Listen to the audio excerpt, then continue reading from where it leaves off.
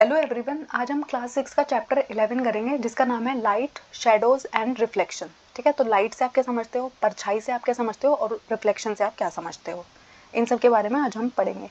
तो luminous object, उससे पहले ना हमें कुछ टर्म्स पता होनी चाहिए, ये टर्म्स हमें बहुत ही क्लियर होनी चाहिए। तो लुमिनियस ऑब्जेक्ट्स क्या होते हैं? ठीक है, तो ऐसे ऑब्जेक्ट जो है ना लाइट निकलती है, जिनके अंदर से ना लाइट निकलती है, उनकी अपनी लाइट निकलती है। ठीक है, उसको हम बुलाते हैं लुमिनियस ऑब्जेक्ट। ठीक है, जैसे कि कौन इसका एग्जाम्पल होगा? सन। उसके बाद है नॉन ल्यूमिनियस ऑब्जेक्ट जो होते हैं, जिनके ना अपनी कोई लाइट नहीं होती। ठीक है, वो दूसरों की लाइट से चमक रहे होते हैं। तो मून, जो मून होता है ना, वो सन की लाइट से चमकता है। उसके बाद आते हैं ओपेक ऑब्जेक्ट्स। ठीक है, तो ऐसे ऑब्जेक्ट जिनके आर पार है ना हम देख नहीं सकते, उनको हम क्या बुलाते हैं? ओपेक बुलाते हैं। जैसे मैं आपकी आंखों के सामने ना प्लास्टिक रख दूँ तो आप आर पार नहीं देख पाओगे ना, प्लास्टिक के पीछे क्या है वो आपको नहीं दिखाई देगा। अगर मैं आपके पास लकड़ी रख दूँ तो आप नहीं देख पाओगे। ठीक है, उसके बाद आता है ट्रांसपेरेंट ऑब्जेक्ट। ठीक है, जिनके आर पार है ना आप क्लियरली देख पाते हो। ठीक है, और लाइट इनके आराम से इनके अंदर से पास हो जाती है। तो जैसे कि ग्लास, अगर आपके घर पे विंडो में कोई ग्लास लगा हुआ है, उसके आर पार आप देख पाते हो ना। ठीक है, अगर हवा, पानी, इनके आर पार आप देख पाते हो ना, आपको पता चल जाता है ना। हवा ऐसा तो नहीं है ना कि हवा चल रही है तो उसकी वजह से आपको दिखाई नहीं देगा, या फिर पानी में आपको अंदर दिखाई नहीं देता कि वहाँ पे क्या पड़ा हुआ है। सबको दिखाई देता है ना, क्यों? क्योंकि वो ट्रांसपेरेंट ऑब्जेक्ट। उसके बाद आता है ट्रांसल्यूसेंट ऑब्जेक्ट। तो ट्रांसल्यूसेंट ऑब्जेक्ट ना ऐसे ऑब्जेक्ट होते हैं जिनके थ्रू हमें दिखता है लेकिन बहुत साफ नहीं दिखाई देता। तो आपके घर पे ना कभी कभी ऐसे ग्लासेस होते हैं जिनसे ना आपको दिखाई तो दे रहा होता है कि बाहर क्या क्या ऑब्जेक्ट्स हैं, लेकिन वो आपको क्लियरली नहीं दिख रहे होते। तो इसके एग्जाम्पल है स्टेन ग्लासेस, शेयर कर्टन्स, यानी कि ऐसे कर्टन जिन जो है ना ट्रांसपेरेंट नहीं है, कंप्लीटली ट्रांसपेरेंट नहीं है, लेकिन ऐसे इतने डार्क भी नहीं है कि आपको दिखाई ना दे उनके आर पार।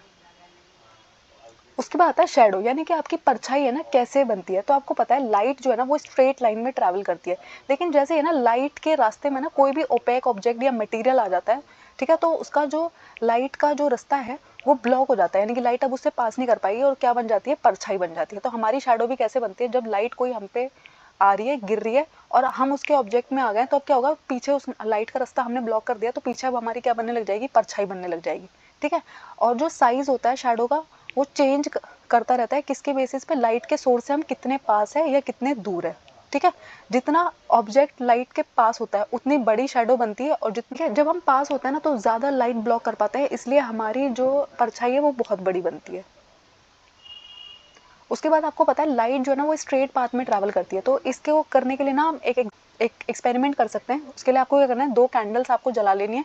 ठीक है, आपको है ना कैंडल को एक स्ट्रेट पाइप के थ्रू देखना है, यानी कि आपकी आंख को पाइप के थ्रू देखना है आपको अपनी आंखों से। और आप अगर देखोगे ना स्ट्रेट पाइप के थ्रू, तो जो रोशनी है कैंडल की वो आपकी आंखों तक पहुंच रही होगी। दूसरे टाइम आपको जब देखना है तो वो जो पाइप है वो मुड़ा हुआ होना चाहिए। ठीक है, तो अब आप देखोगे कि आपको है ना अंधेरा दिखाई देगा, आपकी आंखों में लाइट नहीं पहुंचेगी। ठीक है, देखिए इस एग्जाम्पल में, देखिए आपने एक कैंडल लाइट की, आपने उसे स्ट्रेट स्ट्रॉ से देखा या पाइप से देखा, तो आपको है ना लाइट दिखाई दे रही है, बेंडेड में आपको दिखाई नहीं दे रही है। तो इससे हमें क्या पता चलता है? इस एक्सपेरिमेंट क्या प्रूव करता है? जो लाइट है वो स्ट्रेट पाथ में ट्रैवल करती है। ठीक है, और इसीलिए जब भी कोई ओपेक ऑब्जेक्ट बीच में आ जाता है तो लाइट ट्रैवल नहीं कर पाती है, और वो क्या बना देती है? परछाई बना देती है। उसके बाद होता है रिफ्लेक्शन। क्या होता है? ठीक है, तो जैसे ही है ना लाइट आपके ऊपर आई, किसी सोर्स के ऊपर गिरी, लेकिन उसने है ना लाइट को वापस रिफ्लेक्ट कर दिया, ठीक है, वापस भेज दिया, तो इसको हम क्या बुलाते हैं? रिफ्लेक्शन बुलाते हैं। ठीक है, और मिरर रिफ्लेक्शन से हमें क्या मिलती है? क्लियर इमेजेस मिलती है। हम है ना जब मिरर हमारी लाइट रिफ्लेक्ट करता है तो क्या होता है? ठीक है, मतलब परछाई इन द सेंस हम ही दिखाई देते हैं। क्यों? क्योंकि मिरर जो कर रहा है वो क्या कर रहा है? रिफ्लेक्शन कर रहा है। थैंक यू, आई होप आपको इस चैप्टर में कोई डाउट नहीं है। अगर कोई है तो मुझे कॉमेंट्स में बताइएगा।